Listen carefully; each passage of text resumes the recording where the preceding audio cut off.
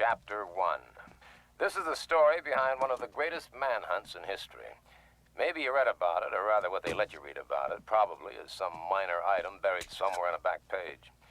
However, what happened in that city between May 16th and May 28th of this year was so incredible that to this day the facts have been suppressed in a massive effort to save certain political careers from disaster and law enforcement officials from embarrassment.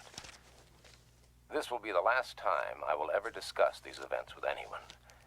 So when you have finished this bizarre account, judge for yourself its believability, and then try to tell yourself, wherever you may be, it couldn't happen here.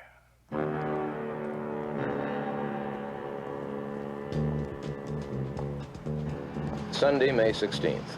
At approximately 2:30 a.m., Cheryl Hughes was standing at the intersection of Casino Center and Fremont Streets waiting for a girlfriend to give her a lift home.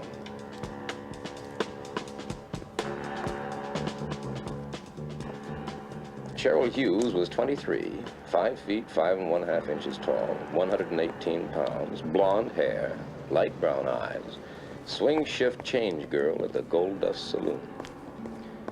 Cheryl Hughes, tired and hungry, but just mad enough to walk the 8 blocks to her small frame house off the corner of 9th and Bridger.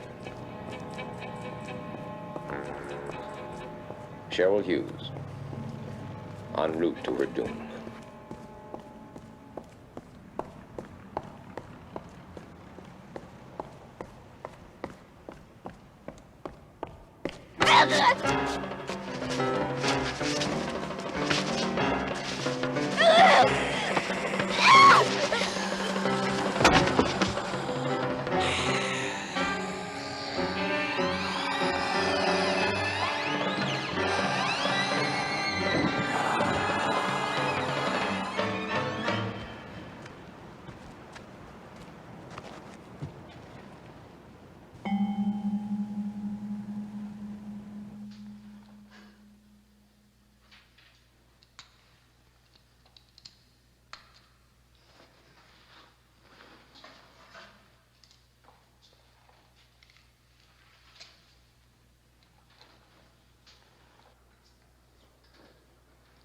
Odd.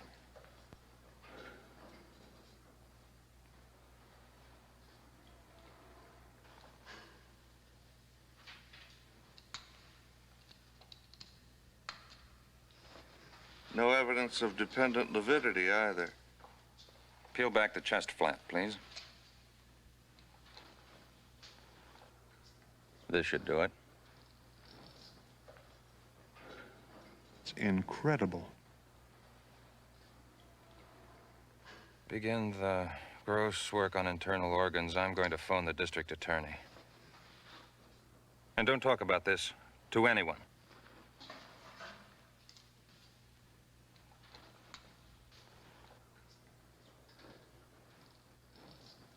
I came into it 2 days later, called back 97 miles from the first vacation I had had in 2.5 years because the story is so big no one else can handle it, according to our lovable managing editor.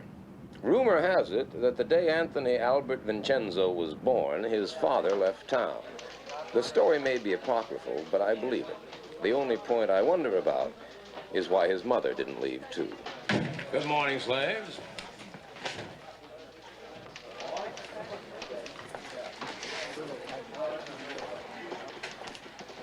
We are not amused. Kolchak, you are on it. A 2-day-old, third-rate murder. You are on it. From vacant. What about them? They have other assignments. You're beautiful when you're angry. Out. Out.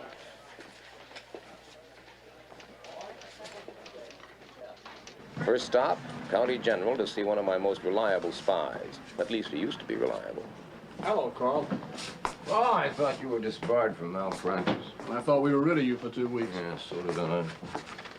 Well, about this, Cheryl Hughes thing. Why does it say officially undetermined under cause of death? Why don't you ask the coroner? Oh, thanks. Come on, you're my spy here. Listen, haven't I kept quiet about all those illegal operations you've been performing in closets?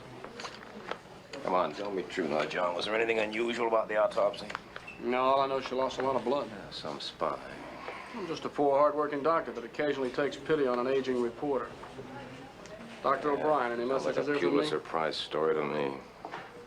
Second stop, the Gold Dust Saloon, and a chat with Gale Foster, one of Cheryl Hughes' fellow workers, and a rather close friend of mine. Poor Cheryl. I feel just terrible about it, Carl. Well, honey, if you don't want to talk about it, you don't have to. No, I want to help if I can. You said that she never had any boyfriends.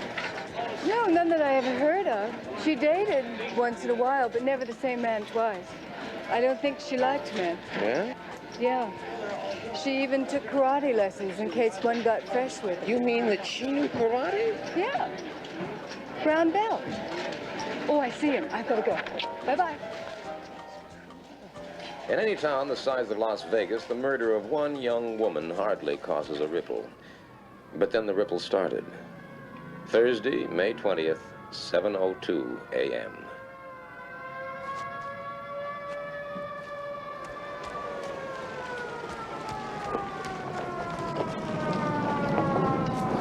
Over there. I didn't go down. I couldn't. Okay. Don, take your statement.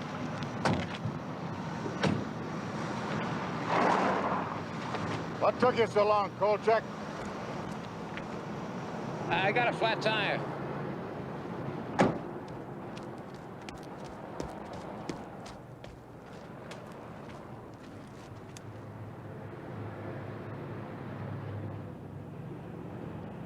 Not a footprint in sight. Is that physically possible? If it happened, it's possible. Well, it sure looked like it happened. Well, come on. Bonnie Reynolds, 27, divorced, cocktail waitress at the Harem Room Casino.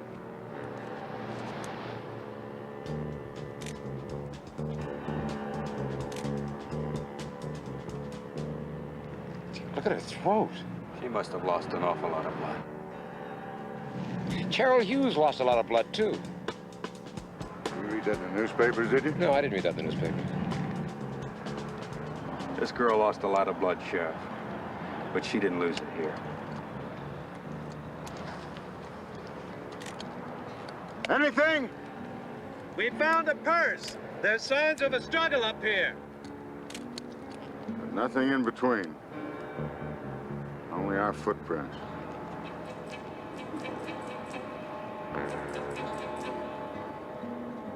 What'd he do, throw her? Who said Bonnie Reynolds was thrown 22 feet into that car? The coroner? I haven't heard about it. Who said this new killing is connected with the Cheryl Hughes murder? The police? Not to me, they haven't. Who said Cheryl Hughes died of massive blood loss? The coroner again? No, he hasn't even turned in his report yet. And who, may I ask, said that a super powerful madman is running loose in Las Vegas? You hearing voices, Kolchak? I did not make up the facts. Oh, I know your boy. Big-time reporter like you condemned to the sticks for those journalistic grooves. I did not make I know you'd like a big fat byline on a big fat story so you can pay your way back to a big fat city job. I did not. Kolchak, I expect you to report, not to come up with fairy tales. And Kolchak, quit barking the PD. If something turns up, they'll let us know. Meanwhile, use your head and lay off. Whatever they're up to, they don't want any help from amateur bloodhounds like you.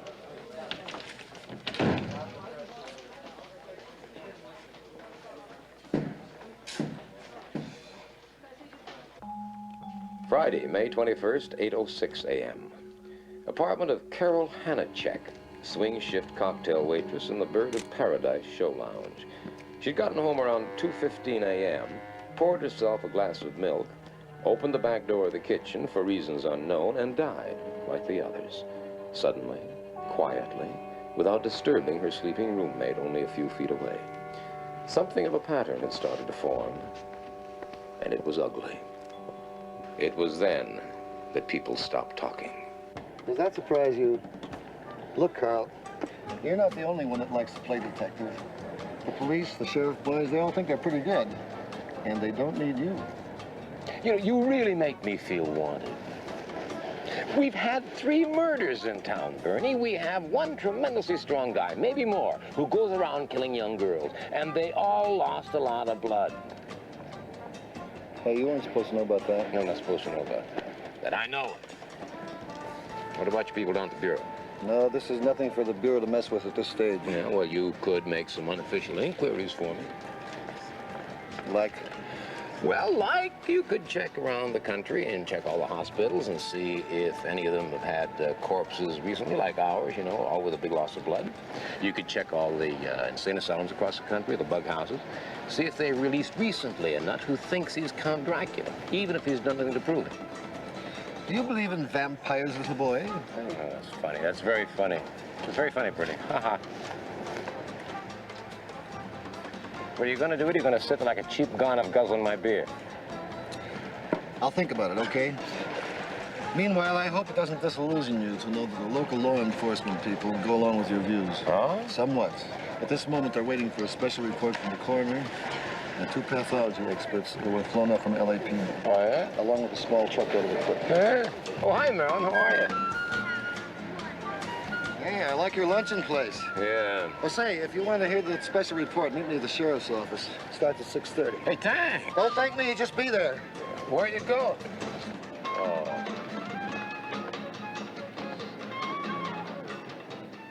Mr. Kolchak, telephone, please. Mr. Kolchak. Carl Kolchak, telephone, please. Carl Kolchak. Kolchak. Hi, Carl. I just thought you'd like to know I heard the Parkway Hospital was knocked over. Yeah, knocked over for what? Cash, drugs, equipment, what? Blood. That's right. Every container in the place, their entire stock. What about blood type? Seems blood type and RH factor didn't much matter. John. Can't stop now. See you. Yeah, but...